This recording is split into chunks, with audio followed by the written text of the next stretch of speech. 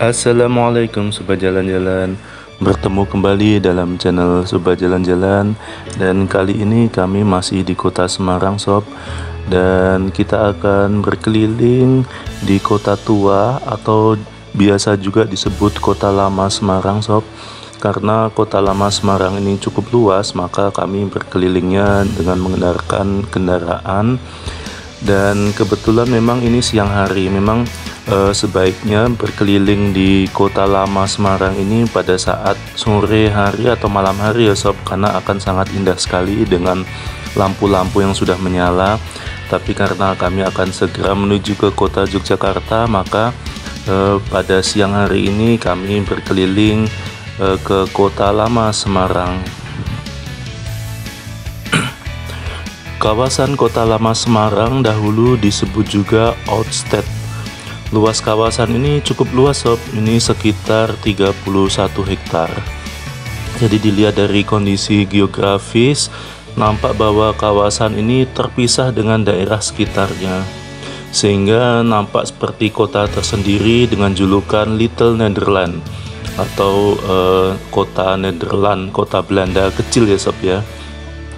Kawasan kota lama Semarang ini merupakan saksi bisu sejarah Indonesia di masa kolonial Belanda lebih dari 2 abad.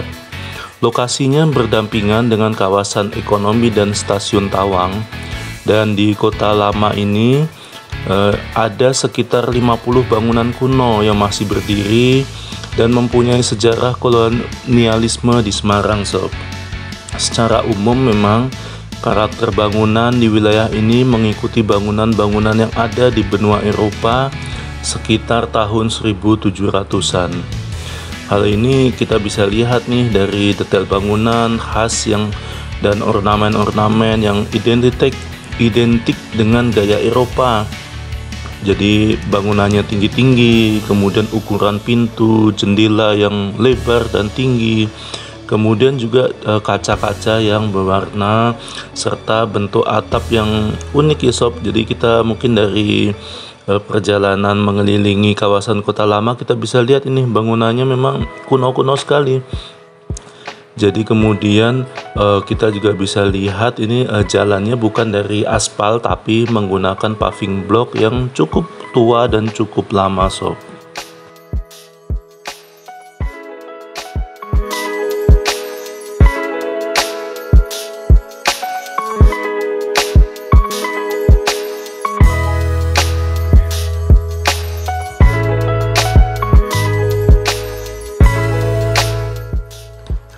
Jadi pada tanggal 15 Januari 1678 Sob, ini pernah ada perjanjian antara Kerajaan Mataram dengan VOC.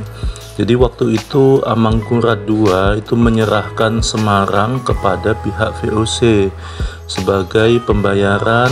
Karena apa? Karena VOC telah berhasil membantu Mataram dalam menumpas pemberontakan Trunojoyo. Jadi waktu itu terjadi pemberontakan Trunojoyo, kemudian VOC membantu kerajaan Mataram dan berhasil. Maka Semarang pun diserahkan kepada VOC pada tahun 1678. Nah setelah itu Semarang itu kan di bawah kekuasaan VOC Sob. Kemudian mulailah dibangun benteng-benteng. Jadi benteng yang dibangun adalah Fritshoek. Kemudian juga benteng tersebut digunakan untuk tempat tinggal warga Belanda dan juga pusat militer. Kemudian lama-kelamaan benteng itu tidak mencukupi sehingga warga mulai membangun rumah di luar benteng.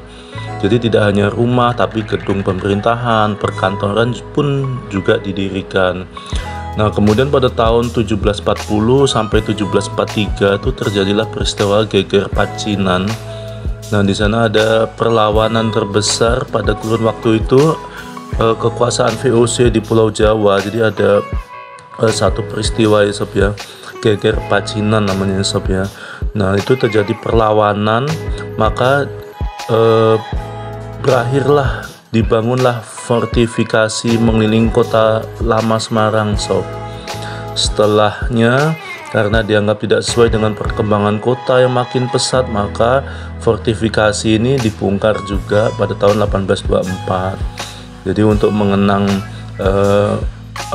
benteng-bentengan mengelilingi kota itu, maka jalan-jalan tuh masih dibuat namanya nama Belanda seperti Noorderwall Street, Ouderwall Street, kemudian dan lain sebagainya, banyak sekali. Memang sampai dengan saat ini nama jalan di kota lama ini nama-nama Belanda ya sob ya.